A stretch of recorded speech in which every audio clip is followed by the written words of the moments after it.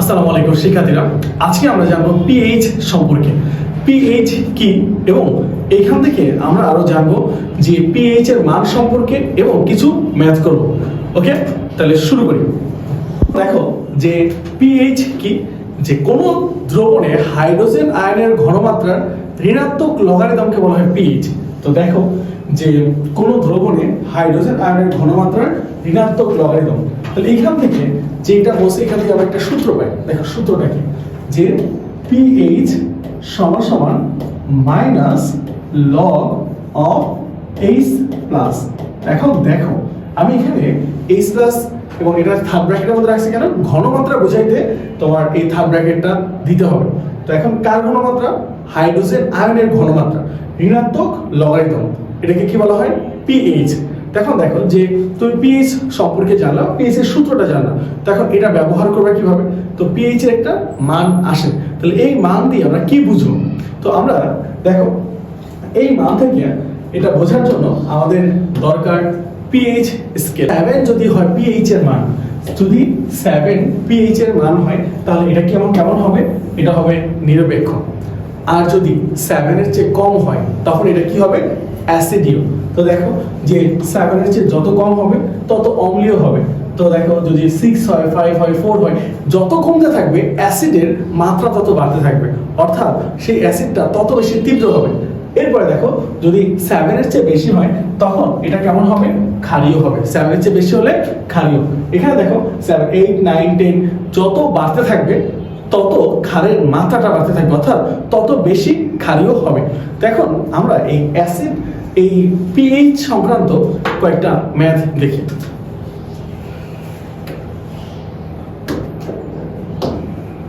এখন আমরা এই যে পিএইচ এর 3টা ম্যাথ আছে, এই 3টা ম্যাথ যদি তুমি করো তোমার নবম দশম শ্রেণী এবং এসএসসি পরীক্ষায় এর বাইরে আসলে কোশ্চেন আসে না, এবং এইটা আসলে মেইনলি এমসিকিউ এর জন্য আসে। তো আমরা দেখো কিভাবে। তো দেখো যে এই 3টা ম্যাথ যদি করো তাহলে তোমার এসএসসি পরীক্ষায় আর কোনো সমস্যা হবে না। তো দেখো আমরা শুরু করি ম্যাথ।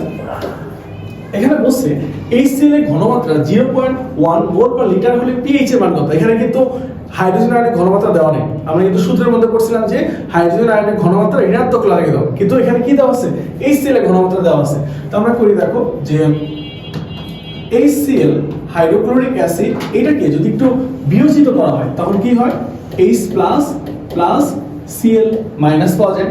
তো HCl এর ঘনমাত্রা কত? 0.01। H প্লাস এর ঘনমাত্রা কত? এটার ঘনমাত্রা 0.01 এবং Cl মাইনাস এর ঘনমাত্রা কত? এটার ঘনমাত্রাও 0.01। তাহলে দেখো যে H প্লাস এর ঘনমাত্রা কিন্তু আমরা জানি। তো এখন আমরা যে সূত্র বসাই, PH সমান সমান minus log of H plus. তো এখন দেখো যে মাইনাস লগ H প্লাস এর ঘনমাত্রা কত? 0.01। তো মাইনাস লগ 0.01 করলে আসে 2, অর্থাৎ এই যে পিএইচ এর মান আসছে কত? 2। এখান থেকে আমরা বুঝতে পারতেছি HCl হলো একটা অ্যাসিড। এখন দেখো তৃতীয় ম্যাথ বলছে নাইট্রিক অ্যাসিডের ঘনমাত্রা 10⁵ মোল পার লিটার হলে পিএইচ এর মান কত? তো নাইট্রিক অ্যাসিডটাকে আমরা একটু বিয়োজিত করি, HNO3, এটাকে বিয়োজিত করলে H plus plus NO3 minus আসে। তো এইখানে নাইট্রিক অ্যাসিডের ঘনমাত্রা দেওয়া আছে কত?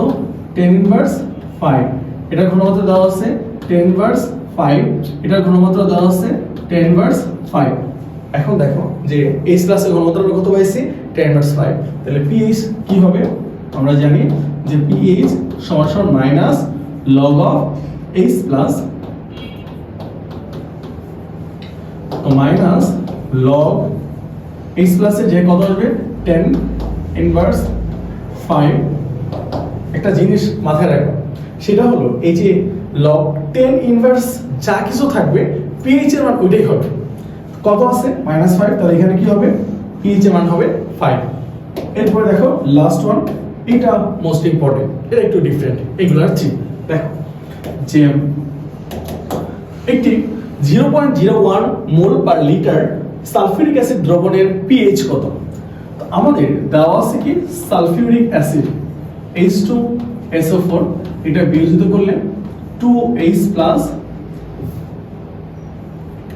2H plus plus SO4 2 minus তৈরি হয়। তাহলে সালফিউরিক অ্যাসিডের ঘনমাত্রা কত দেওয়া আছে 0.01, এটার ঘনমাত্রা কত যে 0.01, কিন্তু এখানে H প্লাস আছে কয়টা দুইটা, এই জন্য কি করতে হবে 2 দ্বারা গুণ করতে হবে। 2 দিয়ে গুণ করলে আসে কত 0.02, আর এটার ঘনমাত্রা 0.01 হবে। তাহলে দেখো আমরা এখানে H প্লাস এর ঘনমাত্রা পেয়ে গেছি কত 0.02।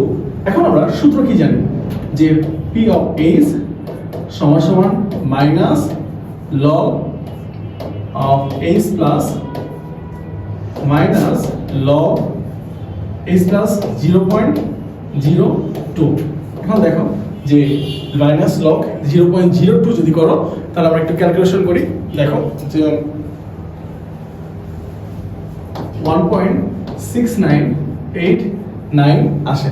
তো এখন দেখো এটা আসলে 1.7 এর কাছাকাছি, তাহলে এটার পিএইচ কত আমরা বলতে পারি 1.7, যার পিএইচ যত কম সেটা তত বেশি অ্যাসিডিও হবে। তো দেখো এই তিনটার মধ্যে সবচেয়ে পিএইচ কম কার সালফিউরিক অ্যাসিডের, তাহলে এই সালফিউরিক অ্যাসিডের তোমার পিএইচ এর মাত্রা অর্থাৎ এটা সবচেয়ে বেশি হবে অ্যাসিডিও।